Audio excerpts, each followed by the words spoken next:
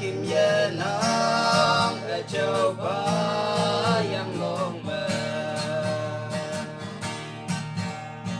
ở đâu có cũng như mẹ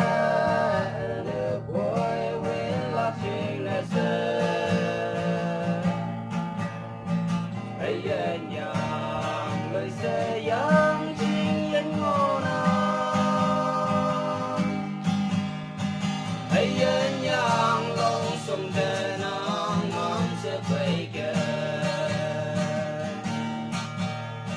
chờ trăng chờ yên thơm vừa yang nang yên nhang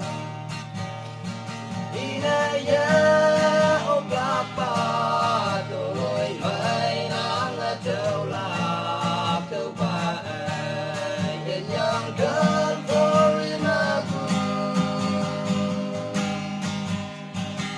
ta như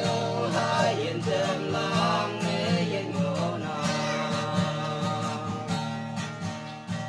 Giêsu hai yên nhang pha cả la yang đi bỏ lo na sai y đâm thế sa bay kề nang ai ya mai kam la pangona đâu ba hang ke ya san la tangan ngona chờ trăng chờ yên thơm vừa yang nang yên ya đi đây ốc lạc pa tôi mai nắng đâu là đâu phải yên yang cơn phơi mơ và ta như hai yên trầm nắng yên ngô na ô cụ ba yên nắng đâu mà tìm nhung u hem lo ca chín đen nắng ngô mà